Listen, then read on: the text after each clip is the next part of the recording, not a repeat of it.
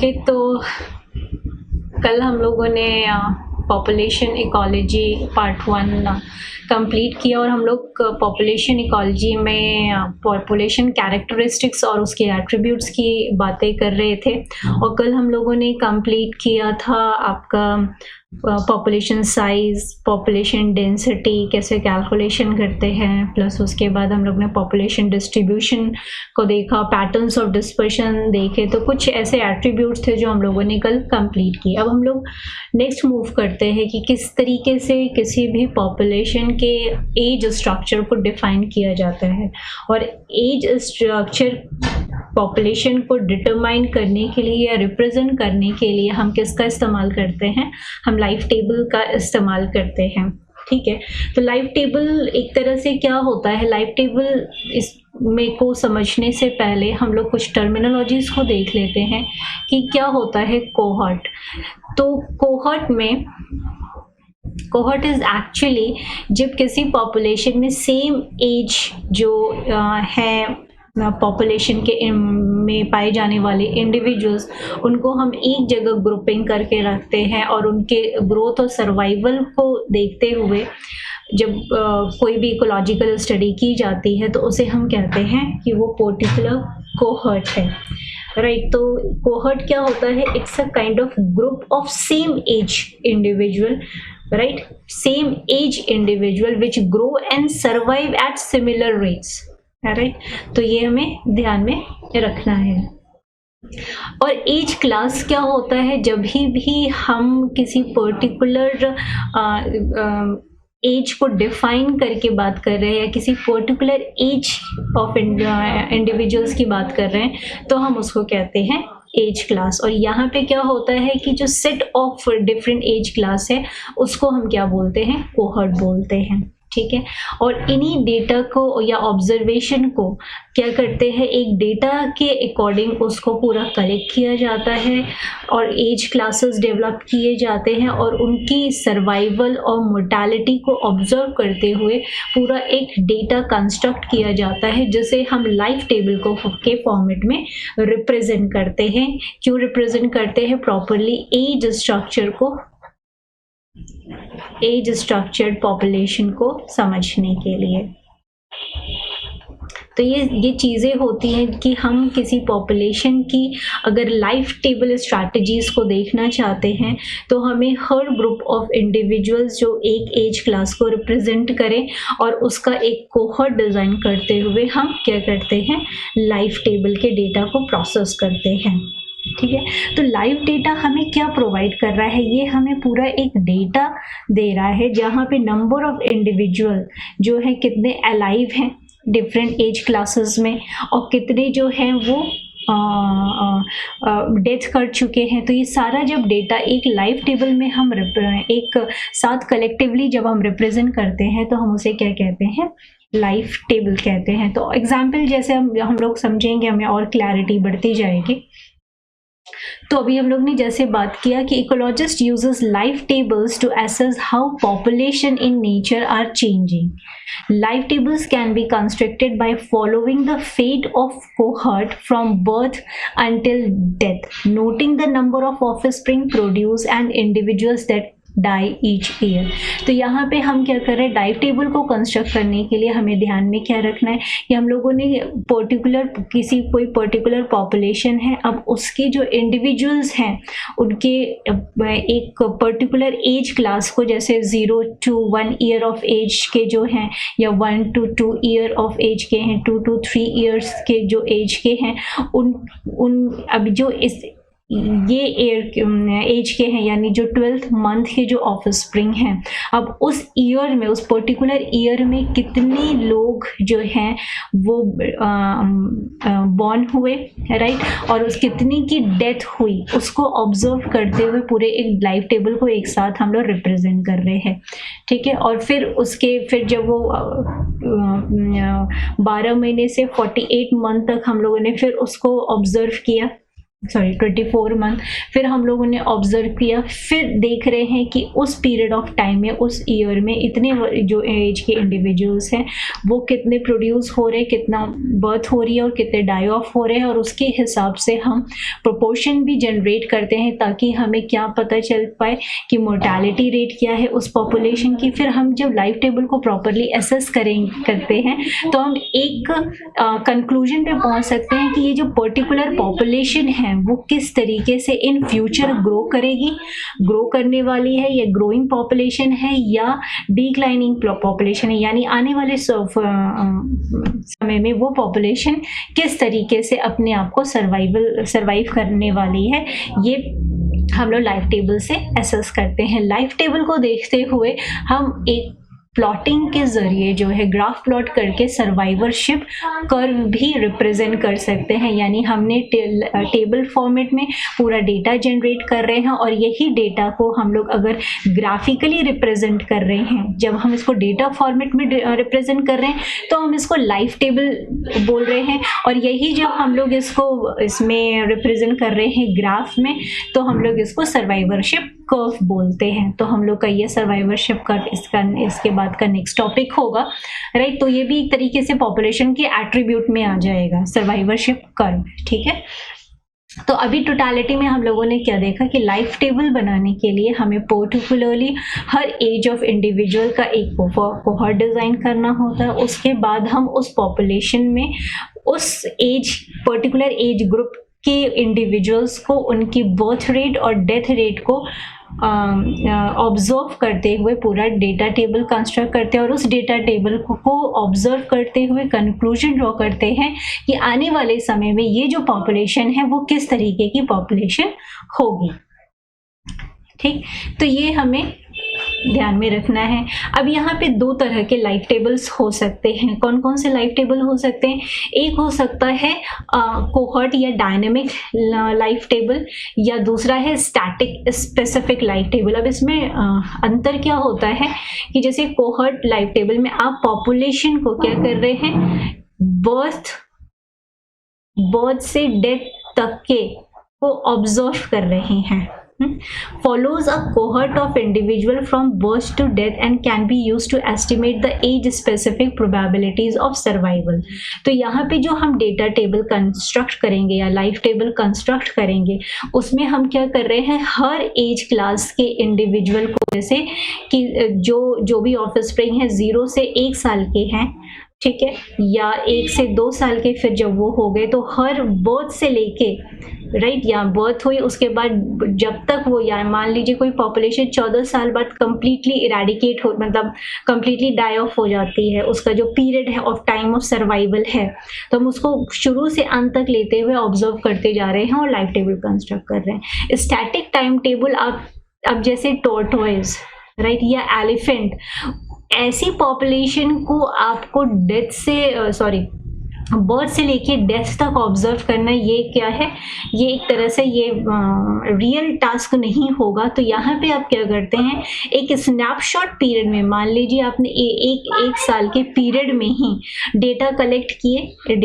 किए, यानी कि इसी साल एक पर्टिकुलर ईयर में इतने से इतने साल वाले कितने इंडिविजुअल थे, इतने से इतने साल वाले कितने इंडिविजुअल्स थे, इतने से इतने, यानी आपने एक ही स्नैपशॉट एक ही ईयर में इनको ऑब्जर्व किया और लाइफ टेबल बनाया। यहाँ पे बर्थ से डेथ तक ऑब्जर्व कर रहे हैं पॉपुलेशन को, पर कुछ ऐसे पॉपुलेशन होते हैं जहाँ पे आपको ये टास्क आप ये नहीं कर सकते, तो किसी एक पीरियड ऑफ टाइम में आप एक स्नैपशॉट में ही पूरे टेबल को कंस्ट्रक्ट करते, तो वो क्या कहलाता है, स्टैटिक लाइफ टेबल।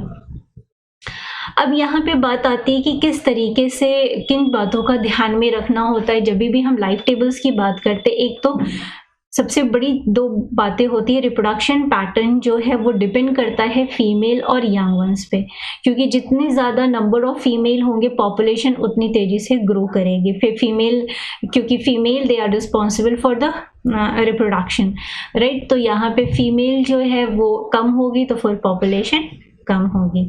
तो और दूसरी तरफ अगर जितना ज़्यादा किसी पॉपुलेशन में यंग वंस जितने ज़्यादा होंगे, वहाँ का रिप्रोडक्शन जो रेट है वो हाई रेट होगा, और वो जो पॉपुलेशन है वो क्या होगी, मतलब ग्रोइंग पॉपुलेशन होगी। बट उनके उसके कॉन्ट्रैरी जिस पॉपुलेशन में यंग इंडिविजुअल्स कम होंगे तो वो क्या हो जाएगी, डिक्लाइनिंग पॉपुलेशन हो जाएगी, यानी कि वो आने वाले समय में हो सकता है गायब ही हो जाए, खत्म हो जाए। ओके, तो फिर ये बात आ गई। तो अब दूसरी चीज़, जैसे फॉर एग्जांपल हम लोग इस एग्जांपल को यहाँ पे देख सकते हैं कि अब ये जो है ये एक आप देख रहे हैं यहाँ पे जो है परसेंट जो 10 20 ये एज ऑफ ट्रीज है। तो इस वाले कर्व में आप देख रहे हैं, इस वाले ग्राफ में आप देख रहे हैं कि जो 10 इयर्स वाली ट्रीज हैं उनके नंबर ज़्यादा हैं, इनके कम हो गए। तो जैसे जैसे एज बढ़ रही है यहाँ पे क्या हो रहा है कि एज जो है सर्वाइवल जो है परसेंट ऑफ ट्रीज जो है एज के अकॉर्डिंग कम हो रहा है, यानी 60 इयर्स की जो ट्रीज हैं वो कम है, बट यंग ट्रीज जो है ज़्यादा हैं। तो कहने का सेंस ये है कि ये जो हमेशा अनडिस्टर्ब फॉरेस्ट रहेगा, क्योंकि जब एक समय आएगा जब ये वाले एकदम ख़त्म हो जाएंगे तो 50 वाले इसमें आ जाएंगे, फिर ये इसमें आ जाएंगे, फिर ये इसमें आ जाएंगे, और नए ट्रीज होंगे जो कि इसकी जगह हो जाएंगी, यानी कि ये रिप्लेसमेंट होता जाएगा। तो कहने का ये अनडिस्टर्ब फॉरेस्ट। पर यहाँ पे एक ओवरग्रेस्ड फॉरेस्ट ले लिया। यहाँ पे क्या हुआ कि यहाँ पे जो प्रेडेटर्स थे उन्होंने क्या किया, इनको कंज्यूम कर लिया, क्योंकि ये हर्ब प्लांट्स थे। तो जो यंग ट्रीज थी, जो हर्ब्स थे, उनको एकदम ओवरग्रेजिंग हो गई, तो ये पूरा यहाँ से क्या हो गया, गायब हो गया, यहाँ पे है ही नहीं, यहाँ पे है ही नहीं।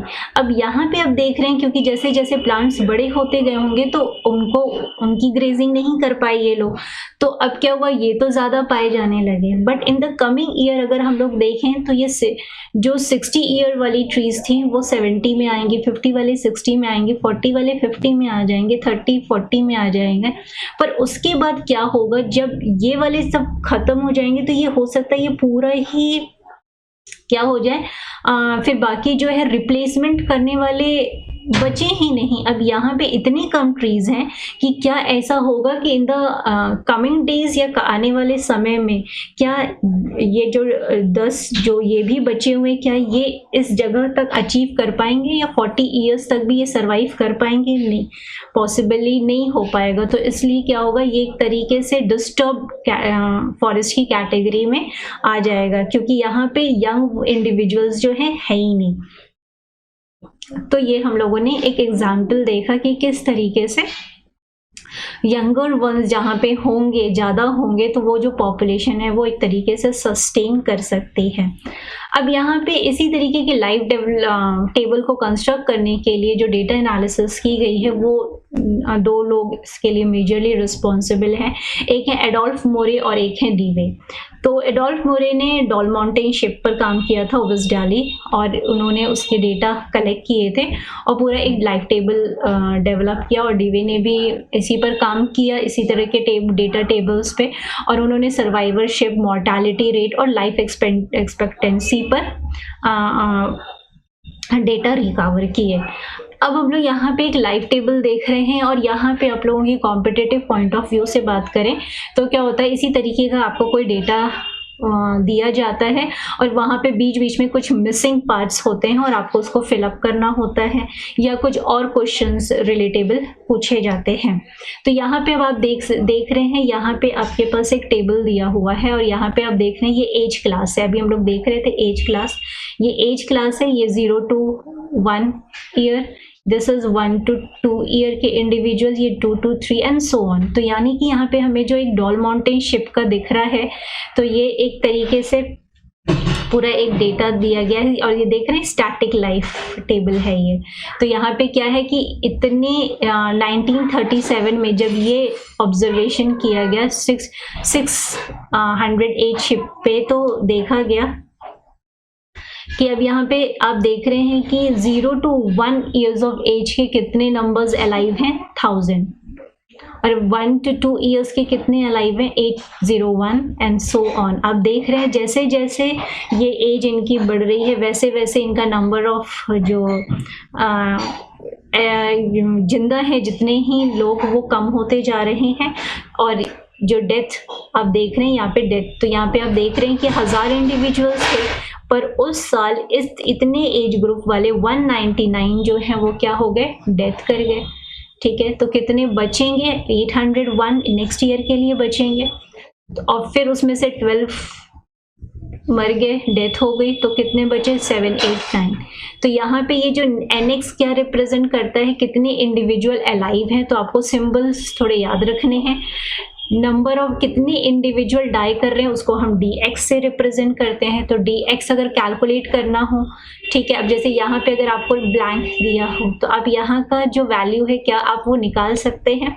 तो NX माइनस NX प्लस 1, तो इसका मतलब क्या होगा, NX मतलब आपको इस एज में NX कितना है, 801 एंड NX प्लस 1 यानी next year, X plus 1 means next age class पे आपको देखना है, तो वो क्या आ गया, 789। ठीक है, तो अब यहाँ पे क्या होगा, यहाँ पे क्या होगा, जब इसको माइनस करेंगे तो आपकी यहाँ पे वैल्यू क्या आ जाएगी, 13।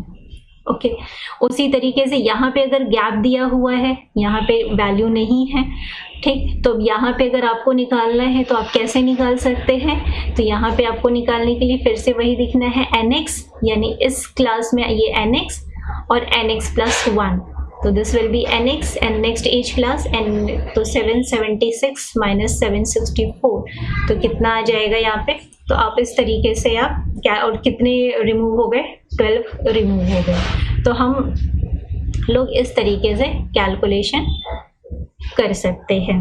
ओके, तो सिमिलरली हम लोग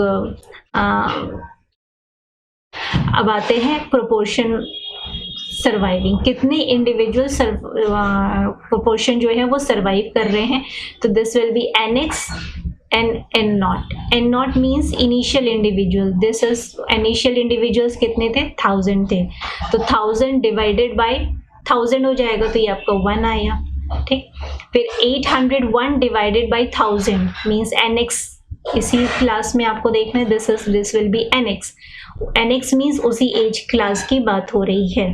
ठीक है, तो यहाँ पे क्या आ जाएगा आपका 801 divided by 1000, it will become 0.801। उसी तरीके से यहाँ पे 789 divided by 1000, it will become 0.79। So this is the data you are generating for LX। तो ये आपके लिए LX is very important, DX is also very important. Okay, तो यहाँ पे आपको अब next which is very important is mortality rate.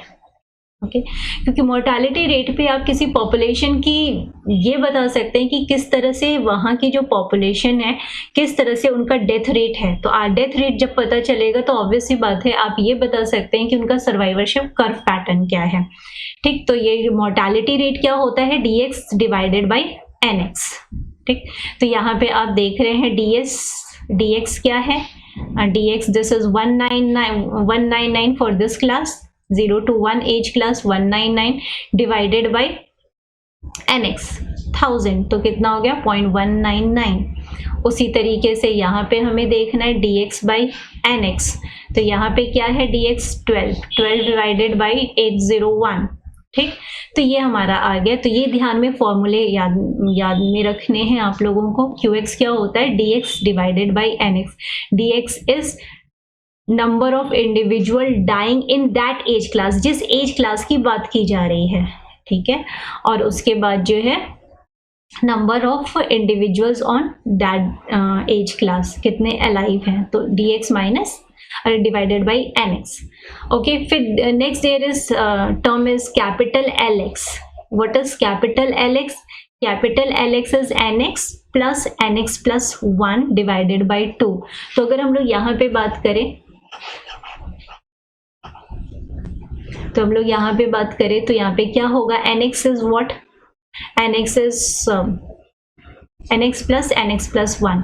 तो यहाँ पे क्या है, दिस विल बी 1000 और नेक्स्ट एज क्लास यानी NX प्लस 1 क्या होता है, NX plus 1 is next age class, तो नेक्स्ट एज क्लास क्या है 801, तो इन दोनों को ऐड कर देंगे तो क्या हो जाएगा लगभग 1800 आएगा। 1800 divided by 2 it will come 900। Similarly अगर इसके लिए हम बात करें तो यहाँ 801 plus 789 divided by 2 it will come 795। तो ये ध्यान में रखना है कि एलेक्स क्या होता है, average number alive in age class. तो एज क्लास में एवरेज नंबर ऑफ लोग कितने अलाइव हैं, इंडिविजुअल्स कितने अलाइव हैं, उसको हम रिप्रेजेंट करते हैं कैपिटल एलेक्स से। अब टोटल ईयर्स जो है पर्टिकुलर एज क्लास कितना लिव आउट कर रहा है, तो अभी ये इसके लिए ये बहुत ही सिंपल है। तो TX निकालना, ये याद रखना है, TX निकालना, तो आप पूरा इसको आप कैलकुलेट कर लेंगे, will come summation of Alex. तो यहाँ से लेके यहाँ तक आपने पूरा जोड़ दिया इसको, तो ये क्या आएगा 7053। फिर यहाँ से लेके आपने यहाँ तक जोड़ दिया तो ये क्या आएगा, इतना अमाउंट आएगा। फिर यहाँ से लेके यहाँ तक जोड़ दिया तो इतना अमाउंट आएगा। तो आप देख रहे हैं कि टोटल इस तरीके से आएंगे।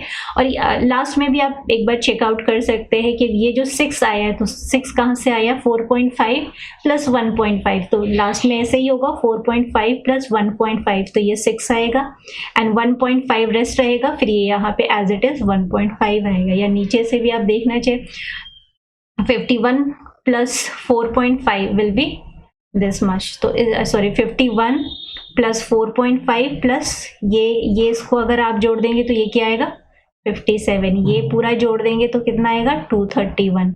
तो ये क्या होता है समेशन, तो समेशन हमें इस तरीके से करना होता है और वो हमें क्या देगा, TX देगा। एक और टर्म इंपॉर्टेंट होता है which is life expectancy, which is life expectancy। तो life expectancy क्या होता है, equals to TX divided by NX।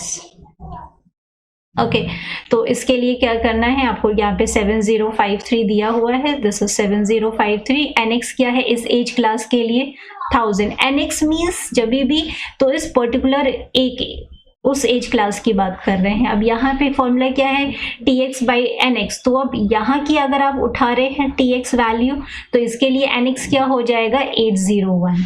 तो फिर क्या आएगा, यहाँ की इस एज क्लास की लाइफ एक्सपेक्टेंसी क्या हो जाएगी 7.7। तो आप इस तरीके से यहाँ पे एक पूरा डेटा देख रहे हैं। जैसे अगर आपसे पूछा जाए कि जस्ट कि 4 से 5 साल के एज क्लास के इंडिविजुअल्स जो हैं उनकी लाइफ एक्सपेक्टेंसी कितनी है 5 है। तो यहाँ पे अगर आप ओवरऑल डेटा देखें तो देख रहे हैं आप, यहाँ वाले जो इंडिविजुअल्स हैं उनकी लाइफ एक्सपेक्टेंसी ज़्यादा है comparative to the older age class जो है उनके कंपैरिजन में। तो ये हमारे पास एक पूरा लाइफ टेबल जो है वो हमें सामने दिया हुआ है, जिसके थ्रू हम काफ़ी कुछ ठीक पता लगा सकते हैं। और ये हमें पूरा एक व्यू दे रहा है, और ग्राफ के में हम लोग और इस चीज़ को देखेंगे हमें क्या क्या चीज़ें इंफॉर्मेशन मिल रही है।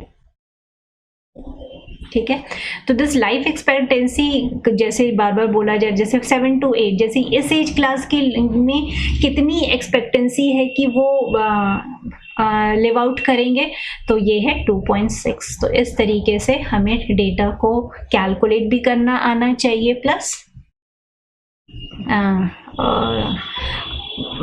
और उसका जो सेंस है वो क्या है ये भी हमें समझ में आना चाहिए। तो हम लोगों ने टोटालिटी में हमें क्या ध्यान में, proportion surviving, this is small Alex is very important. Mortality rate यानी कि जो चीज़ें, जो टर्म हमारे एग्जाम्स के लिए बहुत इंपॉर्टेंट है इस लाइफ टेबल के रिगार्डिंग, तो वो है Alex and QX EX। Okay, तो ये ध्यान में रखना है।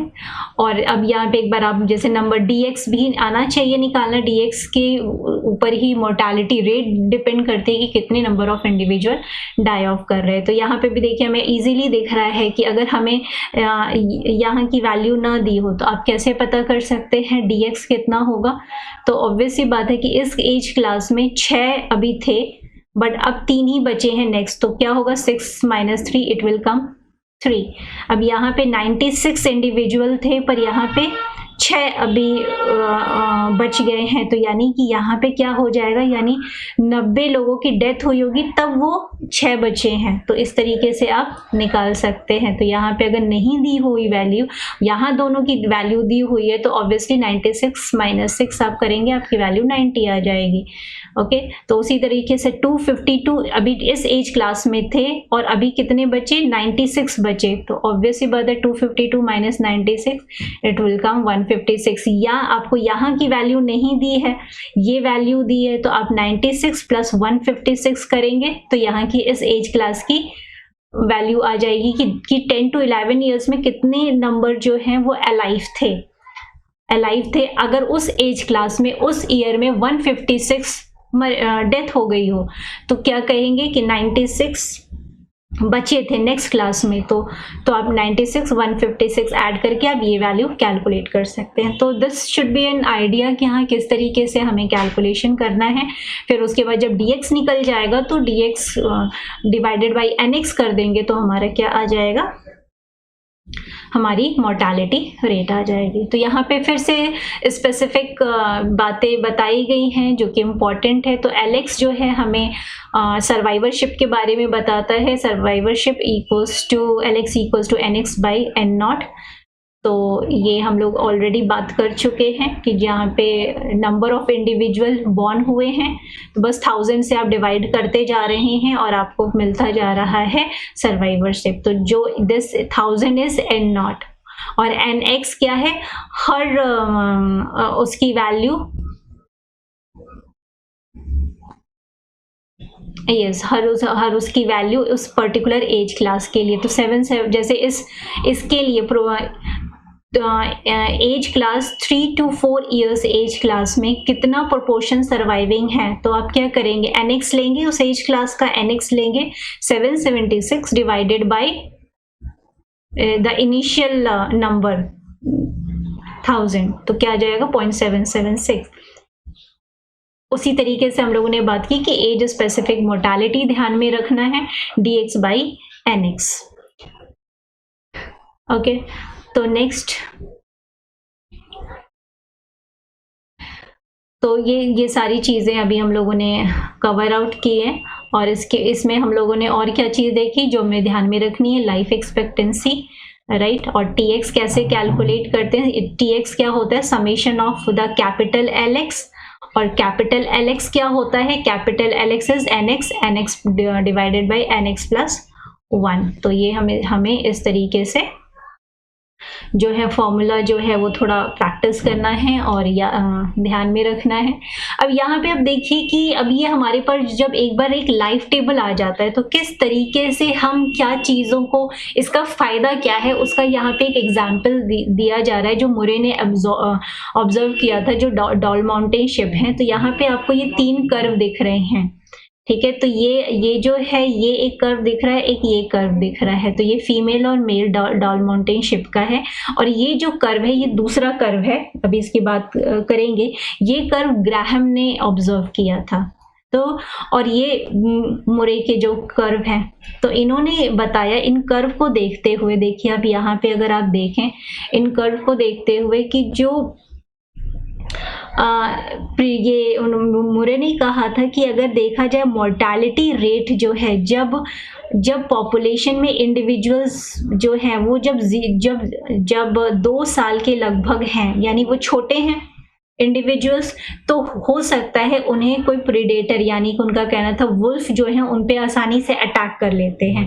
पर जैसे जैसे शायद डॉल माउंटेन शिप बड़ा हो गया होगा तो फिर उनकी जो डेथ रेट है वो फिर नहीं मतलब हो रही थी, वो उन्होंने, पर धीरे धीरे क्या हुआ, ये डेथ रेट जो है, यहाँ पे डेथ रेट थोड़ी थी, राइट, मोर्टालिटी रेट थी यहाँ पे, पर फिर जैसे जैसे वो बड़े हुए तो वो डेथ रेट कम होती गई। उसके बाद जो है अचानक से फिर बढ़ी, क्योंकि शायद जब वो 8 से, क्योंकि हम यहाँ पे देख रहे हैं कि लगभग 14 इयर्स तक का ही, फिर वो जैसे जैसे शायद ओल्ड होने लगे होंगे तो उसकी वजह से उनकी उतनी कैपेबिलिटी नहीं हुई है फाइट करने की, जिसकी वजह से उनकी डेथ हुई, ठीक है, तो ये उन मुरी का ऑब्जर्वेशन था जो उन्होंने सजेस्ट किया था कि क्यों हाई मोर्टालिटी देखी जा रही है यंग इंडिविजुअल्स में और ओल्ड इंडिविजुअल्स में। यहाँ पे आप देख रहे हैं ये जो है यंग और ओल्ड इंडिविजुअल्स में मोर्टालिटी रेट ज़्यादा है, फीमेल में तो और भी ज़्यादा है कंपैरेटिव टू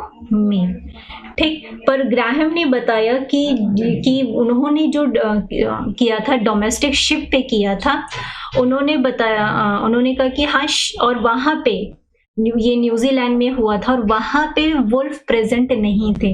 तो जब वुल्फ प्रेजेंट नहीं थे तो यानी कि वहाँ प्रेडेशन नहीं हो रहा है, तो वहाँ पे भी पर ग्राफ जो है लगभग इस तरीके का ही मिल रहा है। हालांकि थोड़ा सा तो चेंज है, यहाँ पे आप देख रहे हैं कि डोमेस्टिक में इंडिविजुअल्स की इतना डेथ रेट नहीं है, पर अगर देखा जाए पैटर्न लगभग उतना ही चल रहा है ना, उतना ही चल रहा है। उसी तरीके से ये रेड डैश लाइन को देखना है जो कि डोमेस्टिक शीप का कर्व है, वो इसी तरीके से चल रहा है। तो उन्होंने कहा कि हाँ, ये हो सकता है कि ऐसा हो, पर मेनली जो अगर डोमेस्टिक में देखा जाए तो जो शुरू में थोड़ी बहुत उनको मोर्टेलिटी, तो वही बात है यंगर इंडिविजुअल्स नहीं सपोर्ट कर सकते हैं अपना, और जैसे जैसे ओल्ड हो रहे हैं तो वो उनके लिए उनका सर्वाइवल जो है वो मतलब प्रॉब्लमैटिक हो रहा है। ठीक, तो मोर्टेलिटी रेट जो है इन दोनों ही स्पीसीज का लगभग क्या है, सिमिलर ही है। ठीक है, तो इसलिए उन्होंने, फिर से मैं एक बार रिपीट करी, उन्होंने बोला कि मुरी का जो एजम्पशन था कि हाँ हो सकता है वुल्फ प्रेडेशन हो रहा हो सकता है वो करेक्ट हो, सही हो, पर जैसा कि उन्होंने कहाँ पे देखा था, डोमेस्टिक शिप में देखा था, क्योंकि वहां पे किसी भी प्रकार का प्रेडेशन नहीं देखा गया था। ठीक, तो यानी कहने का सेंस उनका ये भी था कि अगर वुल्फ नहीं प्रेजेंट है तो जरूर कोई और भी कारण है जिनकी वजह से उनकी डेथ हो रही है। ओके, तो आप देख रहे हैं कि ये सब डेटा या लाइफ टेबल को कंस्ट्रक्ट करने से हमें क्या आइडिया मिलता है कि वहाँ की जो पॉपुलेशन है या कोई पर्टिकुलर पॉपुलेशन है उसका सर्वाइवल रेट कैसा है, उसका डेथ रेट कैसा है, वो किस एज में ज़्यादा डेथ आउट कर रही है। तो इस तरीके से हम देख सकते हैं। ठीक है, ओके, तो यहाँ पे वही लाइफ एक्सपेक्टेंसी की बात की है। जैसे यहाँ पे एक एग्जांपल दिया गया है कि 5-year-old ship can be expected to live on average for another 4.2 year. तो यहाँ पे एक तरीके से लाइफ एक्सपेक्टेंसी जो कैलकुलेट की जा रही है वो उसके आधार पे हम बता क्या पा रहे हैं कि लगभग अगर जो हमारे पास ये आ रहा है एज क्लास, यानी इस 5 साल के जो शिप होंगे वो लगभग 4.5 साल और सरवाइव कर सकते हैं। तो ये एक्सपेक्टेंसी कैलकुलेट करने का एक फायदा होता है। ठीक है, तो आपको ये समझ में आ रहा होगा क्यों पॉपुलेशन का एक कोई कोहॉर्ट या ये इस तरीके का ग्राफ पैटर्न बनाया जाता है। ठीक है, लाइफ टेबल में अब हम लोग बात करते हैं कुछ और पैरामीटर्स की जो कि इम्पॉर्टेंट है, एज स्पेसिफिक, फर्टिलिटी, और हम लोग बात करेंगे रेट की भी, रिप्रोडक्शन रेट की भी हम लोग बात करेंगे, तो जो कि हम लोग लाइफ टेबल की मदद से ही हम लोग कैलकुलेट कर सकते हैं। ओके, तो net reproductive rate, age specific and net reproductive rate की बात करेंगे, ये ध्यान में रखना है। नेट रिप्रोडक्टिव रेट, और हम लोग किसकी बात करने वाले हैं, जनरेशन टाइम, जनरेशन टाइम।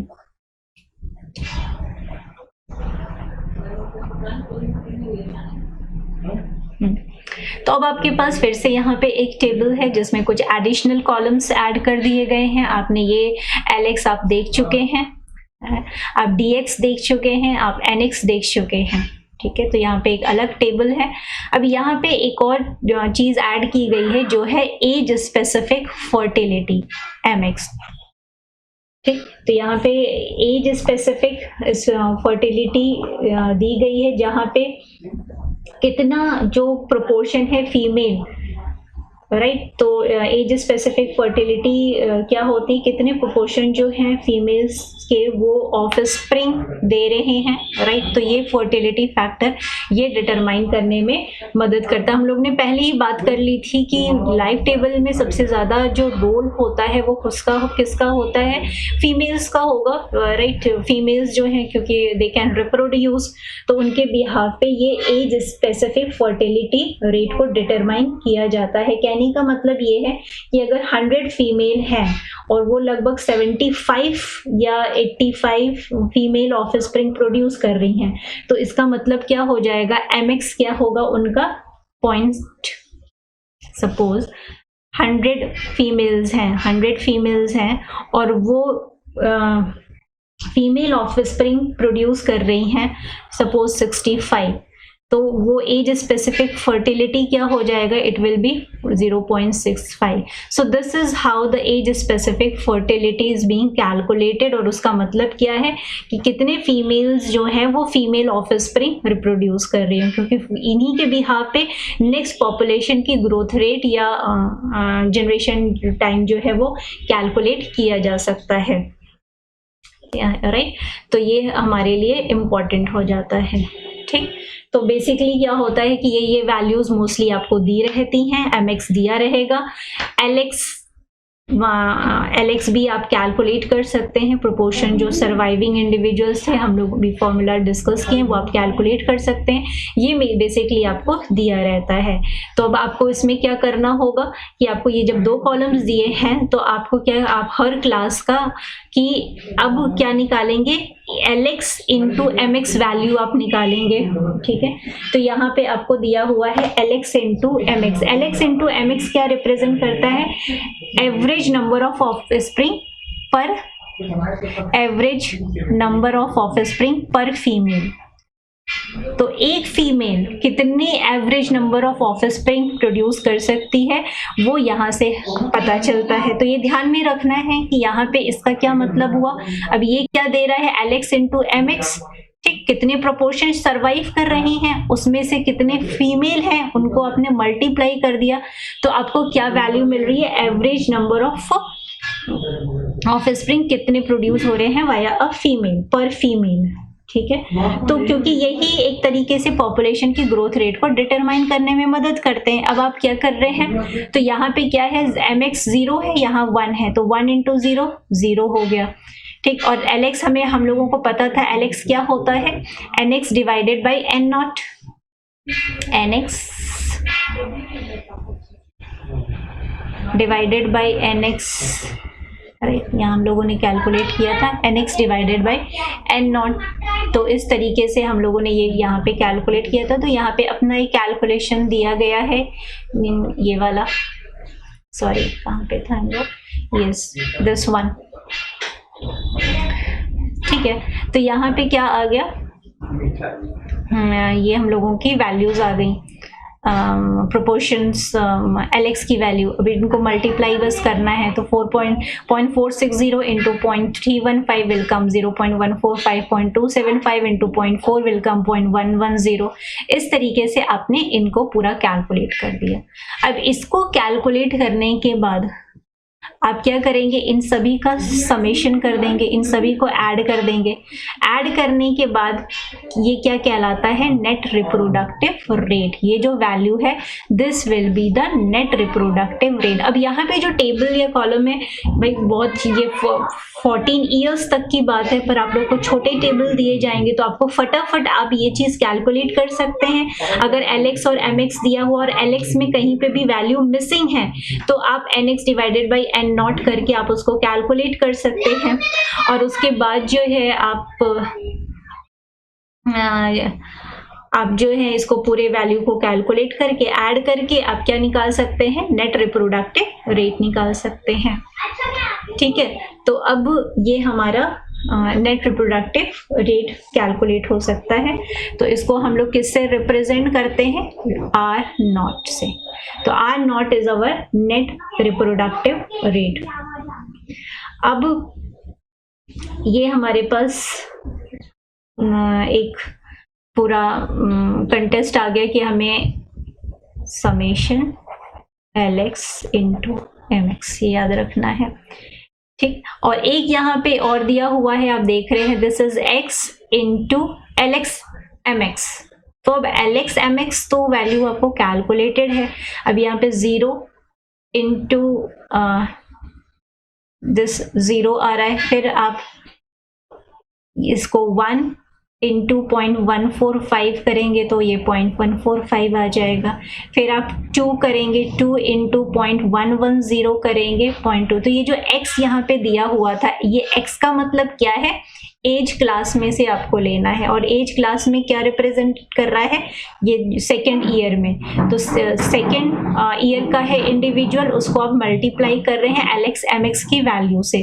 फिर यहाँ पे आप थर्ड x ले रहे हैं और 0.15, इट विल कम 0.477। तो ये जो कॉलम है वो क्या डिनोट कर रहा है, x मल्टीप्लाई यानी इनटू का साइन और LX MX। तो ये आपको ऐसे ही कैलकुलेट करना जाना है। तो यहाँ पे 5 into 0.107, this is LX MX, तो ये आपका ये आ जाएगा। इस तरीके से आप इसको कैलकुलेट कर देंगे। इसको कैलकुलेट करने के बाद भी आप इसको भी क्या कर सकते हैं, पूरा जोड़ देंगे, 4.368। तो ये जो 4.368 आया है वो क्या है, ये जो है ये है समेशन, यानी आपने इन पूरी वैल्यूज को जोड़ दिया है, ये है पूरा आपका समेशन, ऐड कर दिया ये पूरी। तो किसका समेशन है, summation in of x into LX MX, ये पूरा आपका याद रखना है, ठीक। क्योंकि इसी से आपका क्या निकलने वाला है, इसी से आपका निकलने वाला है जनरेशन टाइम, ठीक। तो आप ये इसको बोलते हैं T।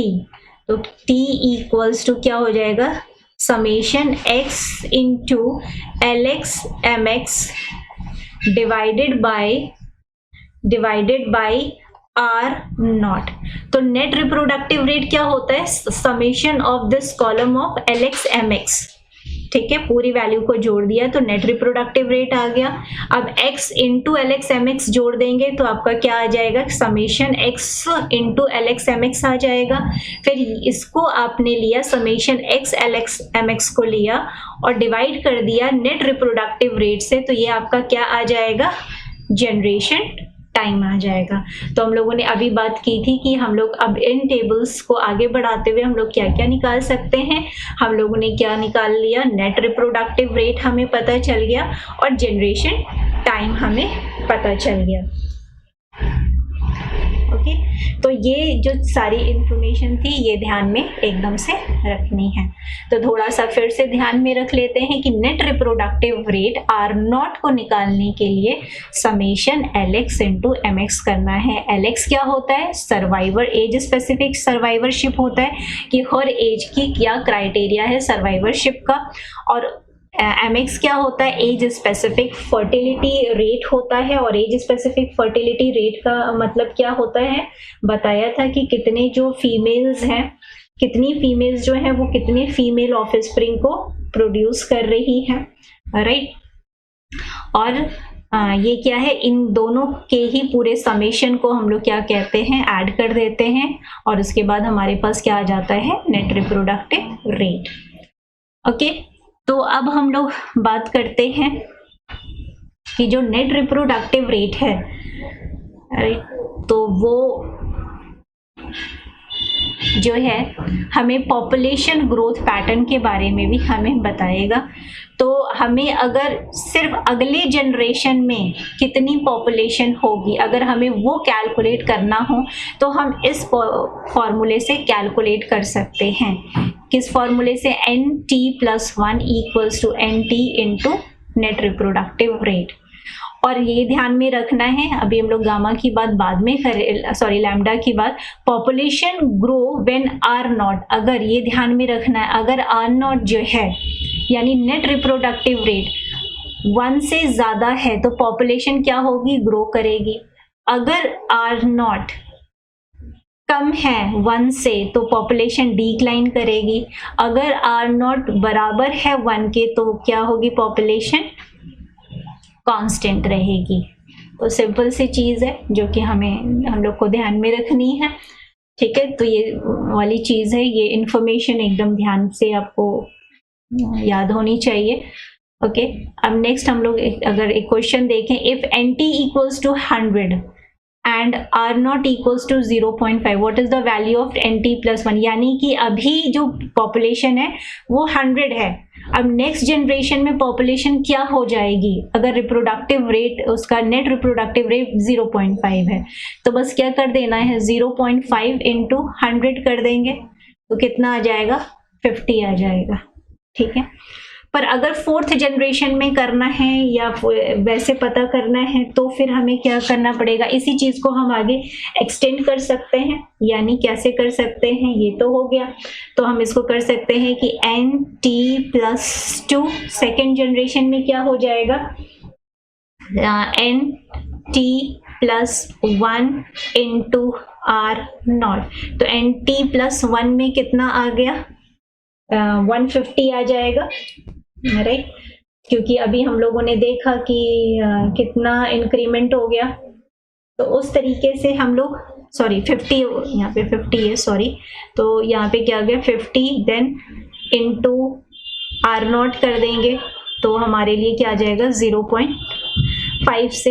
इस तरीके से हम लोग हर नेक्स्ट फिर NT प्लस 3 कर देंगे, फिर यहाँ पे क्या हो जाएगा NT plus 2 into R not and so on. तो इस तरीके से किसी भी पॉपुलेशन का अगर आपको पूछा है फोर्थ जनरेशन में क्या होगी, तो आप इसी तरीके से कैलकुलेशन कर सकते हैं। ठीक है, तो अब हम लोगों को बात करनी है कि फॉर एग्जाम्पल कि मान लेते हैं, अभी हम लोगों ने ये तो कैलकुलेट कर लिया, ओके, हाँ,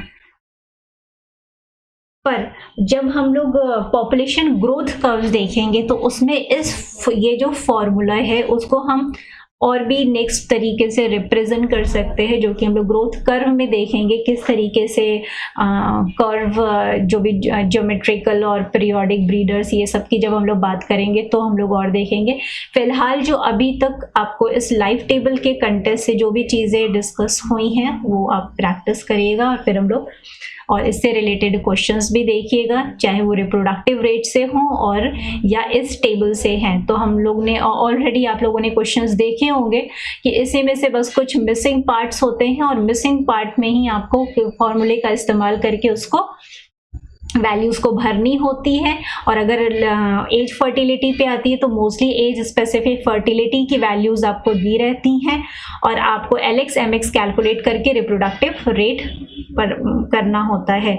और अगर इसी क्वेश्चन को आगे बढ़ाते हुए पूछ लिया कि आप रिप्रोडक्टिव रेट भी निकालिए डेटा को देखते हुए, और उसके बाद नेक्स्ट जनरेशन में कितना पॉपुलेशन होगी वो आप निकालिए, तो आप उस तरीके से फिर इस फॉर्मूले को यूज करते हुए जो NT plus 1 into R not को यूज करते हुए आप क्या कर सकते हैं, नेक्स्ट जनरेशन के लिए भी निकाल सकते हैं।